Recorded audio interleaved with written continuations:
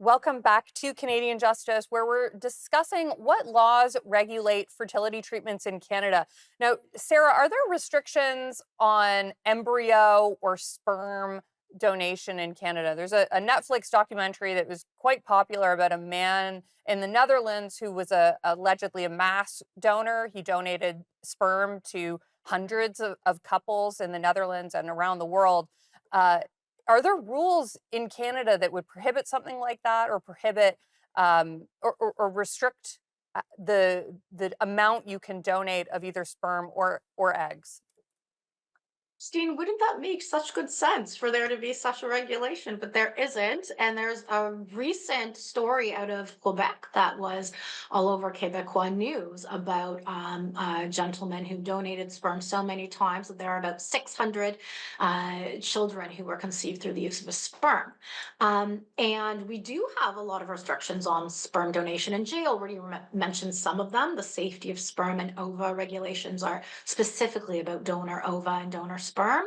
But our big thing is you can't pay a donor, and it's punishable by up to 10 years in jail and or $500,000, which at the end of the day means we just import something like 95% of our donor sperm and something like 60 to 80% of our donor eggs in Canada. And perhaps for that reason, we don't regulate how many times you can use Canadian donor sperm or Canadian donor eggs because mostly we're relying on gametes from outside of Canada. And Jay, what's the policy reason for restricting uh, payment for donations like that? Yeah, one of the big concerns is protecting vulnerable people. So, individuals who maybe are put in a situation where they would be more vulnerable to essentially be used for these types of purposes. So, ensuring that you don't have somebody being able who has a lot of money being able to dictate how this is done is very important. And so the whole basis of it is that donations or surrogacy in Canada should be completed on an altruistic motive. So somebody out of the kindness of their heart deciding to engage in the process rather than doing it because they see a payday.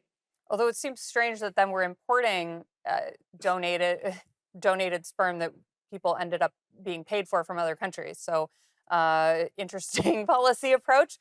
Sarah, are there restrictions that donors can place on the use of their eggs or sperm? Like saying, I only would like my uh, egg or sperm to be used for this type of couple or that type of couple. I don't want, I want all the embryos to be implanted, or I want genetic screening. Can donors do that? Exactly. It's really property, kind of as Jay was mentioning before. So once you donate your eggs, they're really out of your hands. Once you donate your sperm, it's out of your hands. It's not yours anymore.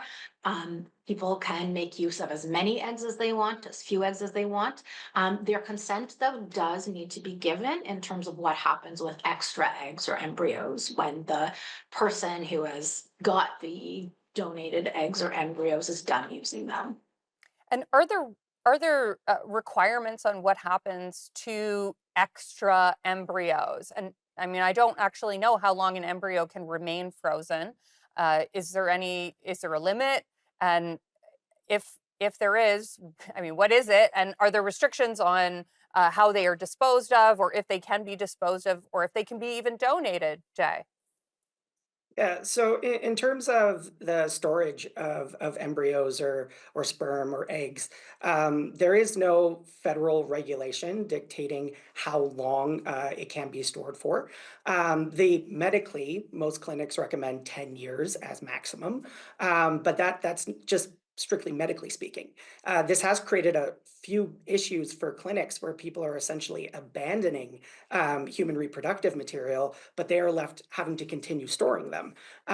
So it does create some issues uh, within the operations of clinics.